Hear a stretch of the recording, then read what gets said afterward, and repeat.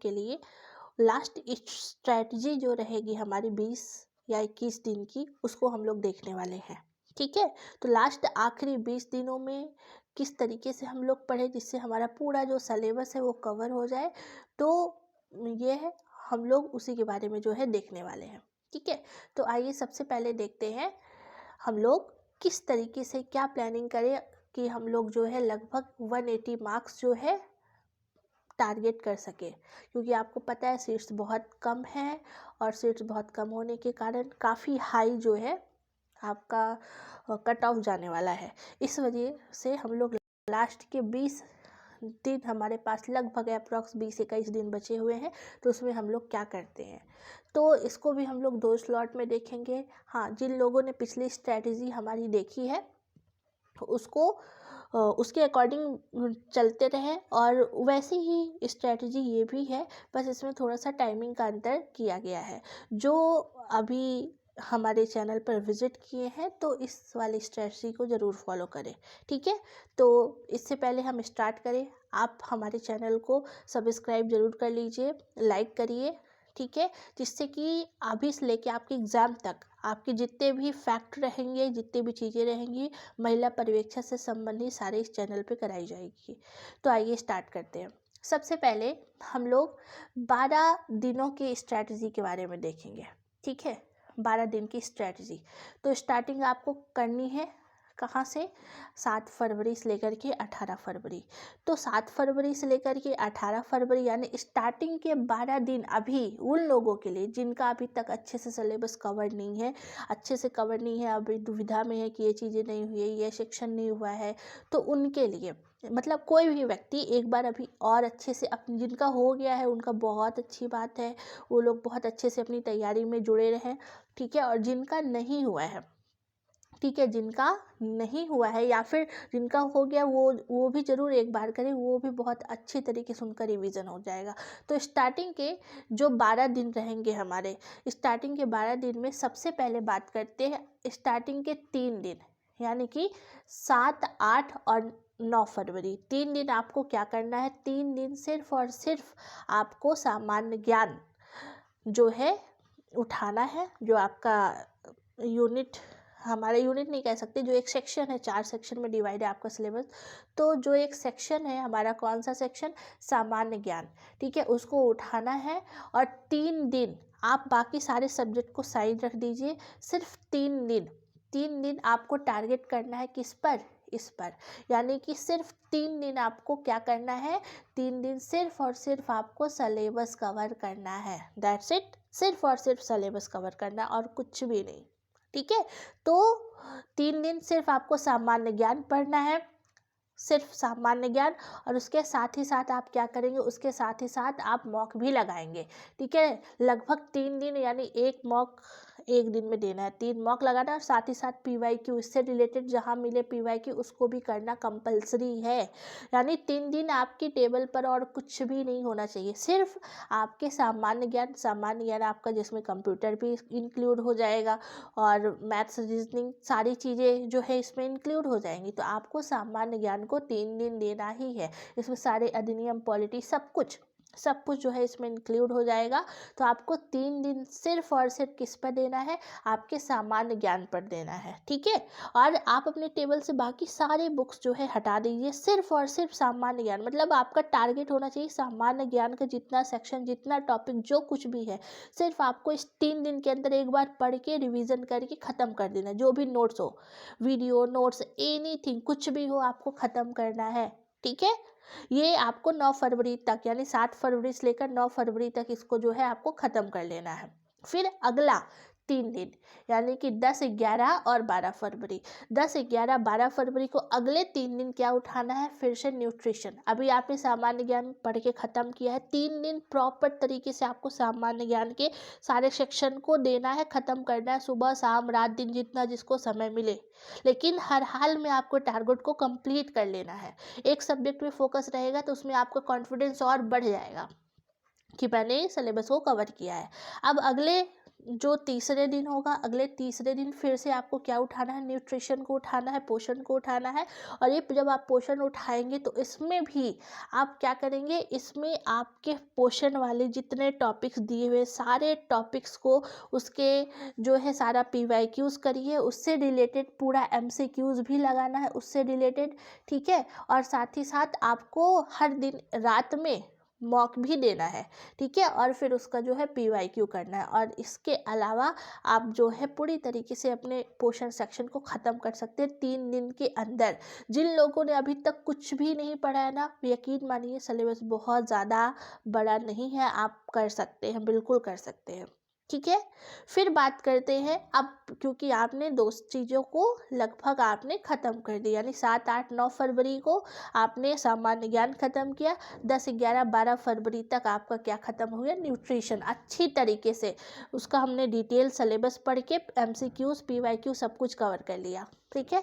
और उसके साथ आपको क्या करना है, अगला जो CDP का सेक्शन यानी कि प्रारंभिक शिशु और प्रारंभिक देखभाल वाला जो सेक्शन है, अगले तीसरा दिन 13, 14, 15 फरवरी आपको क्या उठाना है, शिशु की प्रारंभिक देखभाल उठाना है। बाकी अब ये दोनों को यहाँ से अपने टेबल से हटा देना है आपको, सिर्फ और 3 इससे रिलेटेड जो भी आपने जहाँ से जो भी सोर्सेस पढ़ा हो, कोई नोट्स हो, जो भी बुक हो, वीडियोज़ हो, कोर्स हो, कुछ भी आपने अगर कोर्स भी किसी का लिया हो तो उस कोर्स के सेक्शन में जो CDP जिन्होंने कराया उसी को पहले ख़त्म करके फिनिश करिए।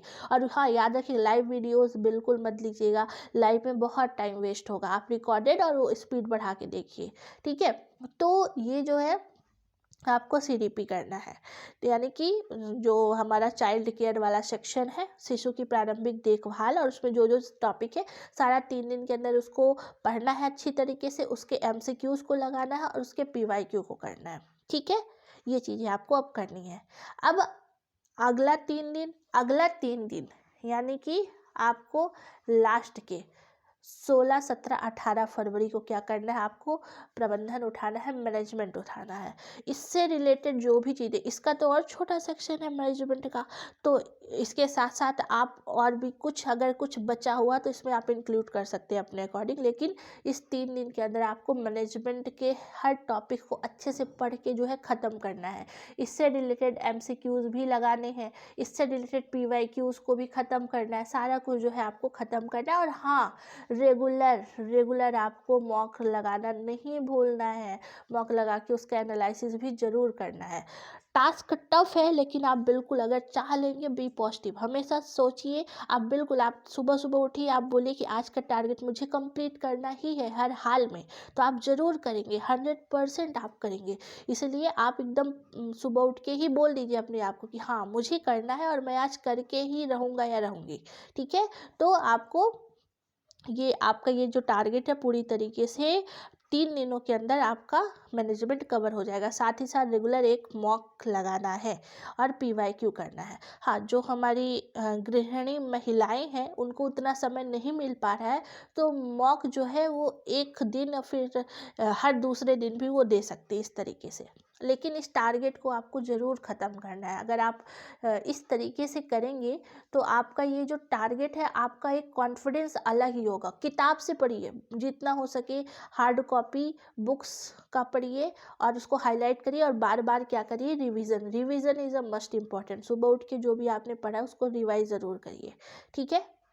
तो ये देखिए आपके ये यानी कि 18 फरवरी तक ये सारी चीज़ें आपको पूरा सिलेबस एक बार आप ख़त्म कर लेंगे। जिन लोगों ने अभी तक कुछ भी नहीं पढ़ा है वो भी कवर कर सकते हैं अगर वो अच्छे से टाइम निकालें। और साथ ही साथ आपको इस दिन के अंदर यानी कि आप सुबह का आधा घंटा योजना और अधिनियम का रोज, क्योंकि इसमें इतने सारे फैक्ट है, इतने सारे डाटा है, तो आपको 1 या 3 दिन में याद तो नहीं होगा, तो आप रोज़ 1 घंटे निकाल के ये पूरे 12 दिन रोज़ एक अधिनियम या 2-3 योजना इस तरीके से उसकी डेट्स और फैक्ट को याद करना है। और साथ ही साथ आपको या तो आप मैथ्स और रीजनिंग कर सकते हैं, जो इम्पोर्टेंट टॉपिक्स उसमें है, तो मैथ्स और रीजनिंग को ये रेगुलर वर्क पे करना है, ठीक है। यानी रेगुलर जो है मैथ और रीजनिंग को थोड़ा सा टाइम अलग से देना पड़ेगा, जो कि सामान्य ज्ञान का हिस्सा है, क्योंकि मैथ और रीजनिंग तो ऐसा है कि एक दिन में पॉसिबल नहीं हो पाएगा इस वजह से। लेकिन इससे भी इम्पोर्टेंट आपको मॉक लगाना, मॉक बहुत ज़्यादा इम्पोर्टेंट है, और PYQ भी, ठीक है। उसके बाद आपका यानी कि जो पहला टारगेट रहेगा, ये जो पहले टारगेट में यानी कि 12 दिन के अंदर 7 फरवरी से लेकर 18 फरवरी के बीच में आपको एक बार आपका पूरा सिलेबस कवर हो जाएगा। पूरी अच्छी तरीके से आपने सिलेबस को कवर कर लिया, और यहाँ से लेकर के यानी कि 7 फरवरी से लेकर 18 फरवरी के बीच में आपका कॉन्फिडेंस बहुत हाई हो जाएगा, बहुत हाई हो जाने वाला, यकीन माने, क्योंकि आपके अंदर, आपके दिमाग में ये चीज़, हाँ मैंने सिलेबस को एक बार पढ़ के ख़त्म किया है और चीज़ों को रिवाइज भी किया है, MCQ लगाए, PYQ सब कुछ कर लिया, यानी कि एक बार आपका सिलेबस जो है पूरी तरीके से ख़त्म, ठीक है। फिर अब आखिरी के जो 9 दिन बचेंगे, क्योंकि 28 फरवरी से पेपर है, आपको पता है, तो 9 दिन बचेंगे। अब ये आखिरी के 9 दिन और ज़्यादा इम्पॉर्टेंट होने वाले हैं, लेकिन अभी यहाँ पे हम लोग सेकंड रिवीजन करने वाले हैं। सेकंड रिवीजन आप यहाँ पे करेंगे। वो पहला टारगेट ये था, आपको इस पहले वाले पे ज़्यादा फोकस किस पे करना है, ज़्यादा फोकस आपको अपने सिलेबस ख़त्म होने पे करना है, ठीक है। अब आखिरी के जो 9 दिन बचे हैं उसमें आपको क्या करना है, आखिरी के 9 दिनों में यानी 19 फरवरी से लेकर के 27 फरवरी के बीच में आपको 2-2 दिन का टारगेट करना है। 2 दिन जनरल स्टडी, 2 दिन न्यूट्रिशन, 2 दिन जो है CDP और 2 दिन मैनेजमेंट, यानी कि फिर से वही शेड्यूल्स रहेगा, लेकिन यहाँ पे आप 3 दिन टाइम ना दे करके कितने दिन, सिर्फ और सिर्फ 2 दिन टाइम देंगे। उसके साथ ही साथ उसका 2 मॉक लगाएंगे, फिर उससे रिलेटेड PYQ उसको भी करेंगे, ठीक है। तो 2 दिन यानी 2 दिन जो है जनरल स्टडी को, आपको स्टार्टिंग के 2 दिन जो है आप जनरल स्टडी उठाइए, उससे रिलेटेड आपने जो भी पढ़ा है, जहाँ से पढ़ा है, जो भी सोर्सेज आपने पढ़ा है, या फिर जो भी शॉर्ट नोट्स बनाया है पिछले रिवीजन में, मतलब जब आप सिलेबस कंप्लीट, इसको अच्छे से पढ़ के ख़त्म करना है, ठीक है। जो बचे हुए PYQ उसका रिवाइज करना है, क्योंकि देखिए PYQ पे इसलिए हम ज़्यादा जोर दे रहे हैं क्योंकि PYQ बहुत इंपॉर्टेंट है, उसके अंदर जो डिटेल्स है वहाँ से क्वेश्चंस बन सकते हैं, ठीक है। और साथ ही साथ जो है 2 मॉक, मतलब कि हर एक दिन मॉक वाला जो चीज़ें वो जारी रखना। ये आपके कितना भी नंबर आए निराश नहीं होना है, ये बस ये समझ लो आपके प्रैक्टिस के लिए है। आपके जो टॉपिक्स वीक लग रहे हैं उसको अभी स्ट्रॉन्ग करने के लिए मॉक इम्पॉर्टेंट है। आप अगर नंबर कम आए तो उससे घबराना बिल्कुल नहीं है, क्योंकि आपके मॉक और आपका जो रियल एग्ज़ाम होगा, अगर आपके मॉक में 130 नंबर आ रहे हैं तो आपके रियल एग्ज़ाम में नंबर बढ़ेंगे ही 100%, क्योंकि मॉक से ईजी रहता है एग्ज़ाम, ठीक है। तो इसी वजह से आपको जनरल, लेकिन अच्छे से आपको बहुत डीप में पढ़ना पड़ेगा। तो ये आपका जनरल स्टडी आप स्टार्टिंग के 2 दिन में उठाइए, ठीक है, उसको ख़त्म करिए। देन उसके बाद आप अगले दूसरे दिन जो है आप न्यूट्रिशन को उठा लीजिए, न्यूट्रिशन को पढ़िए अगले दूसरे दिन, यानी फिर यहाँ पर आप 2 मॉक लगाइए, और फिर उससे रिलेटेड क्या करिए, PYQ उसको सॉल्व करिए, ठीक है। देन उसके बाद आगे का दूसरा दिन, अगला दूसरा दिन जो होगा, आपको क्या पढ़ना है, आपको पढ़ना है आपको CDP यानी शिशु की प्रारंभिक देखभाल।